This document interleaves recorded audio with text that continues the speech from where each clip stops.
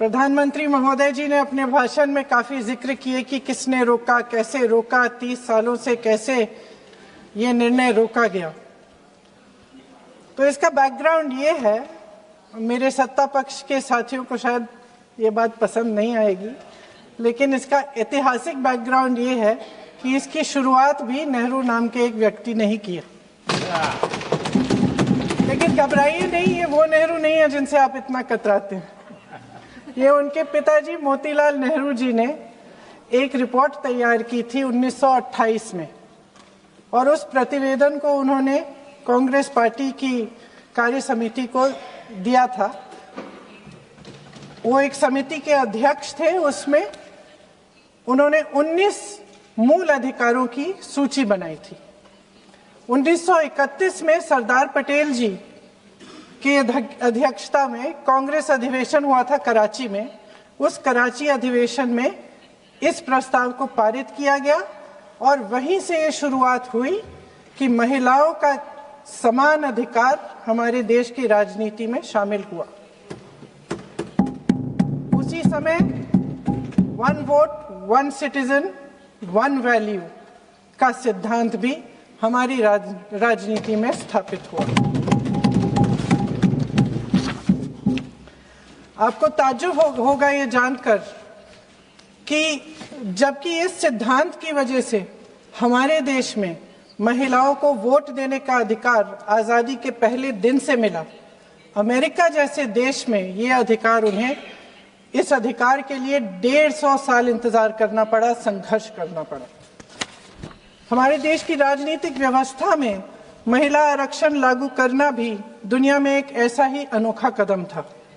पंचायतों और नगर पालिकाओं में 33% आरक्षण का प्रावधान भी भारतीय राष्ट्रीय कांग्रेस की सरकार ने स्वर्गीय राजीव गांधी जी के नेतृत्व में सदन पटल पर पहली बार पेश किया, मगर उस समय ये प्रावधान पारित नहीं हो पाया।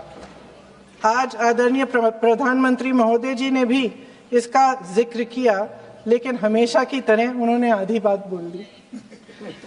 उन्होंने कहा, सदन को ये बताया कि विरोध करने वाले कौन थे, उन्होंने ये नहीं बताया। उन्होंने कहा कि इसका विरोध हुआ, कौन किसने विरोध किया और नहीं बताया। विरोध तो आप ही ने किया था, भाजपा ने। कुछ सालों बाद स्वर्गीय श्री पीवी नरसिम्हा राव जी के नेतृत्व में कांग्रेस सरकार ने इस कानून को सदन में पारित करके लागू किया। आज अपने भाषण में प्रधानमंत्री जी ने जब पंचायत की आंदोलित महिलाओं का जिक्र किया, तो ये समझ लीजिए कि इस कदम के चलते ही आज 40 लाख पंचायत प्रतिनिधियों में से 15 लाख महिलाएं हमारे लोकतंत्र में भागीदार हैं। 2010 में स्वर्गीय प्रधानमंत्री डॉक्टर मनमोहन सिंह जी और यूपीए की अध्यक्ष श्रीमती सोनिया गांधी जी के नेतृत्व में कांग्रेस पार्टी ने लोकसभा और विधानसभा में महिलाओं को आरक्षण देने का फिर से प्रयास किया। राज्यसभा में इसे पारित भी कराया, लेकिन लोकसभा में आम सहमति नहीं बन पाई। 2018 में आदरणीय श्री राहुल गांधी जी ने मोदी जी को एक पत्र लिखा और उस पत्र में उन्होंने कहा कि ये महिला का जो आरक्षण है ये 2019 तक लागू हो जाना चाहिए। मुझे लगता है कि यहाँ आकर प्रधानमंत्री जी राहुल जी का मजाक तो बना लेते हैं, लेकिन घर जाके उनकी बातों पर गौर करते हैं, क्योंकि हम आज उसी बात पर चर्चा कर रहे हैं। वैसे आज प्रधानमंत्री जी की बातों से ये लगा कि भाजपा ही महिला आरक्षण के चैंपियन, प्रस्तावक और सबसे बड़े समर्थक रहे हैं। इनके पूरे भाषण में यही बात थी, जबकि ये कह रहे थे कि इन्हें इसका श्रेय नहीं चाहिए। कोई भी महिला आपको बता देगी कि बार बार बहकाने वाले पुरुषों को महिलाएं झट से पहचान लेती हैं। थोड़ी सावधानी बरत लीजिए, पकड़े जाएंगे। आखिर जब 2023 में राहुल जी के पत्र को पढ़ने के कुछ सालों बाद, हाँ, उसके बाद पढ़ लिया।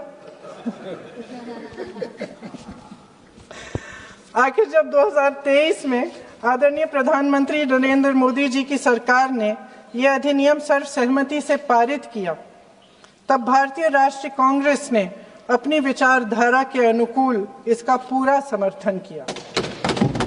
आज भी इसमें कोई शक नहीं होना चाहिए कि भारतीय राष्ट्रीय कांग्रेस महिला आरक्षण के पक्ष में डट कर खड़ी है और खड़ी रहेगी। लेकिन अध्यक्ष महोदय, सच्चाई ये है कि आज की चर्चा दरअसल महिला आरक्षण पर है ही नहीं। जो विधेयक के सरकार ने पेश किया है, उसका प्रारूप हमने पढ़ा, उससे पूरी चर्चा ही बदल गई है। उनकी सरकार के इस विधेयक का सार सुनिए। सबसे पहले इसमें लिखा है कि संसद में महिला आरक्षण 2029 तक लागू होना चाहिए। हम सहमत है। फिर कहा गया है कि इसे लागू करने के लिए लोकसभा सदस्यों की संख्या 50% बढ़ानी पड़ेगी। मतलब कि सीटों की संख्या 543 से बढ़कर 850 तक बनानी